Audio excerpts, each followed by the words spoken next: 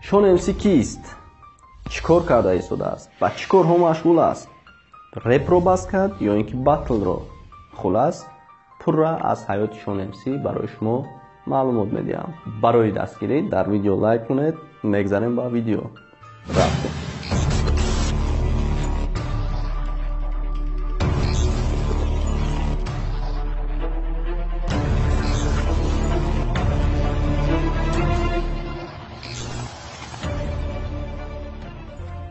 سلام علیکم برادران و خواهران گرامی قدری دور از وطن. خوش آمدید به کانال همنوا. با شما هستم من علی اکبر. روز دیگه گفتیم که یک موضوع دیگر کنیم و اینچنین یک چند سورپرایز داریم. روز دیگه بعد رمضان همش در کانال میشد و شما به صبرانه انتظار شین. خلاصا میگذاریم با قسمی موضوع امروزه ما درباره شون امسی گفتیم گپ میزنیم. شون امسی یکی از رپسرایان معروف تاجیک می باشد که در حقیقت استعداد خوب دارد و رپ های پرمضمون می سراید. راستی من در رپ نه اونقدر مثال شوق و ذوق دارم، بلکه یک رپ شون امسی رو گوش کردم در باره وطن بود. زمینی ته زمان خور خاص خاک چنگ بد، زمینی ته زمان رنگ یک میدان جنگ بد. امری تیفی گهبورا برابری امری پیر بد، در گوشی تیفل صدای یالان صدای تیر بد. مردمت بخوناشید به در تیر زاشید جان بالا بومد بچورا. مردمت گره زاشید روی دست خود مردای برادری خود کشاندن برای خود نباد بدی یا حالیات شاندن. و یک رپ دیگرش برآمد به نام غریب بچه و شیخ که بسیار مضمونی خوب دارد. ای غریب بچه ارمونی پدرود گفتی دنیا را، تو با مرگی خود فهموندی دیگه دخترو را. عشق بازی نیسته، عاشق بازی چه نیسته، بعد کدی انتظارش سال بوده و بط بسته. غریبی خودش درده بالای درد عشق، انتظارش غیری مرگ جدانه میکنه تو هیچ که.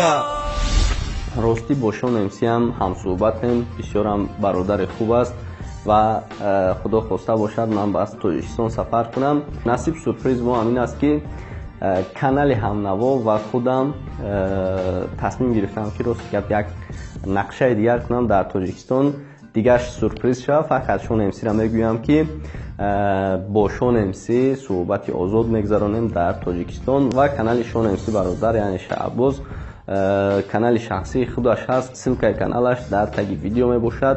در آمده حتما ابونه شوید و باز خدا خواسته باشد به تاجیکستان رفتیم حتما با شون امسی صحبت آزاد میگذاریم. در یک جا میشینیم صحبت میکنیم و سوالاتون حتما از حوزه سر کنیم در تگ ویدیو با شون امسی چی سوال ها دیم و خواستیم که درباره حیاتی شون امسی چگونه حیات دارد و چی ها رو از سر گذران همش رو میخواهیم برای شما مخلصان شون امسی و مخلصان کانال همنوا میخواهیم که یک نواری دیگر کنیم. خیلی که به شما معلوم است کانال ما کانال اویلوی است و همه طرفه کانال بگیم از همه نوارها است، از تاجیکستان، از ترکیه، از دیگر موضوع های جالب هم در کانال ما موجود است و همین خاطر بخواستیم که یک دیگر خیلی نقشه گیریم. در ویدیو حتما لایک مونید و ویدیو رو پهن کنید با برادران خود و اینچنین در ایمو واتساپ کانتکت پدیلیت سکنید از حاضر بعدا شیشته به حضور تماشا کنید. میگذاریم با ویدیو.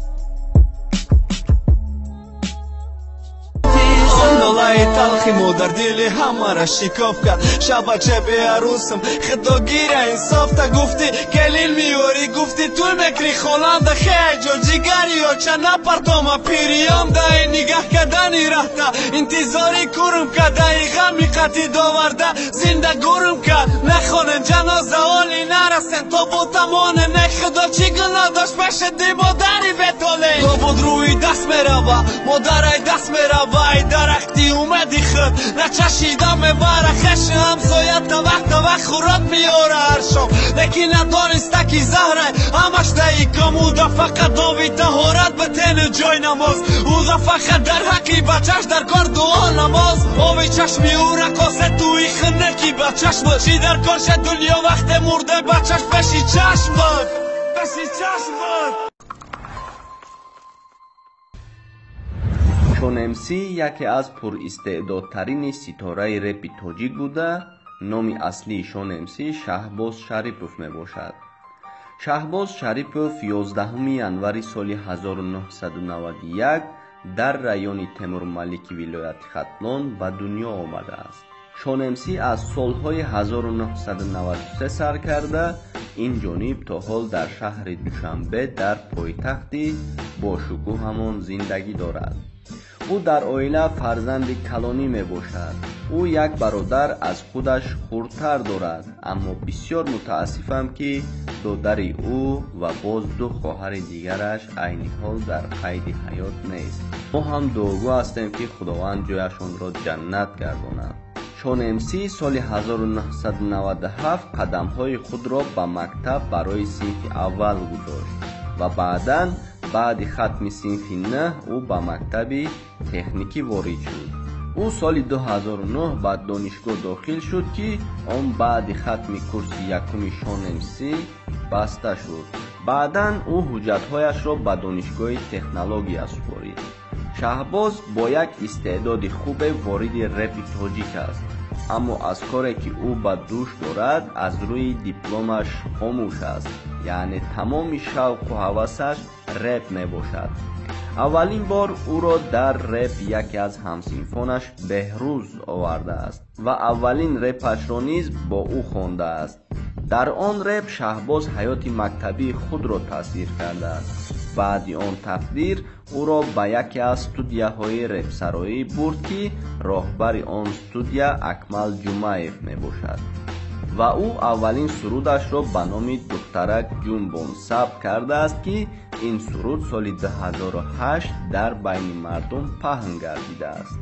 вақте ки ӯ ба Давлатёр шинос мешавад, онҳо тасмим мегирад ки гурӯҳи худашонро созанд. лақаби Давлатёр дар реп шаман мебошад.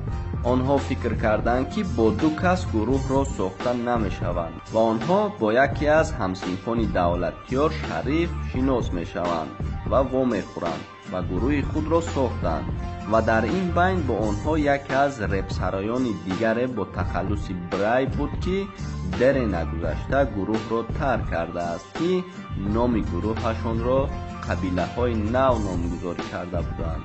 Шаҳбоз аввалин бор бо кӯмаку дастгириҳои Акмал Ҷумаев соли 2009 ба саҳна баромадааст. соли 2010 Шарар репсароиро баст кард ва шаман бошад ба муҳоҷират ба шаҳри Москав сафар кард. пас аз ин воқеаҳо шонемсӣ як гурӯҳи нави дигарро ба номи НАТО Production таъсис кард. баъдан тасодуфан Шаҳбоз ин гурӯҳро тарк кард ва ҳоло намедонад он гурӯҳро кӣ роҳбарӣ мекунад. баъдан Шаҳбоз вориди гурӯҳи ҷадидон гашт. ба ғайр аз Шаҳбоз дар он гурӯҳ боз дигар репсароён низ буд: Абдураҳмон ва Ҷаҳонгир. репҳое ки шонемсӣ месарояд ҳамаш таҳаюлӣ мебошад, ба ҳаёти шахсияш ягон вобастагие надорад. шонемсӣ худ як театри реп мебошад ва ӯ актёри ин саҳна мебошад ки ба саҳна ба ҳар гуна нақшҳо ворид мешавад. дар оянда Шаҳбоз бисёр нақшаҳои бузурге дар оинаи реп дошт ва шонемсӣ тасмим гирифт ки албоме бо номи Модар барорад. аммо дар аввали соли 2015 шонемсӣ ногаҳон тасмим гирифт ки саҳнаи репро тарк намояд ва албатта ки баъд аз соли 2015 инҷониб давом дода истодааст ва репҳои пурмазмуни худро баҳри мухлисонаш пешкаш карда истодааст. бале ҳар як сароянда ва ҳар як репхон ҳам дӯст дорад ва ҳам душман ва мо ҳамеша ҳаракат мекунем ки бо дӯстони шонемсӣ якҷо шуда дастгирии ин бародарро кунем. ин буд як навори дигар дар бораи шонемсӣ Шаҳбоз Шарипов буд ки хостем дар борааш каме ҳам бошад барои шумо маълумот диҳем. агар ин хел наворҳоро бисёртар хоҳед, пас моро дастгирӣ карда дар видео лайк монед ва видеоро паҳн кунед, дар имо, ватсап, контакте ва дигар шабакаҳои иҷтимоӣ паҳн кунед ва наздикони худро ҳам гап занед дар ҳамин видео лайк монанд ва мегзарем ба қисми дигар. хушбинандагони азиз, ин буд як навори дигар барои шумо пешниҳод кардам. мутмаин ҳастам ки ба шумо писанд омад.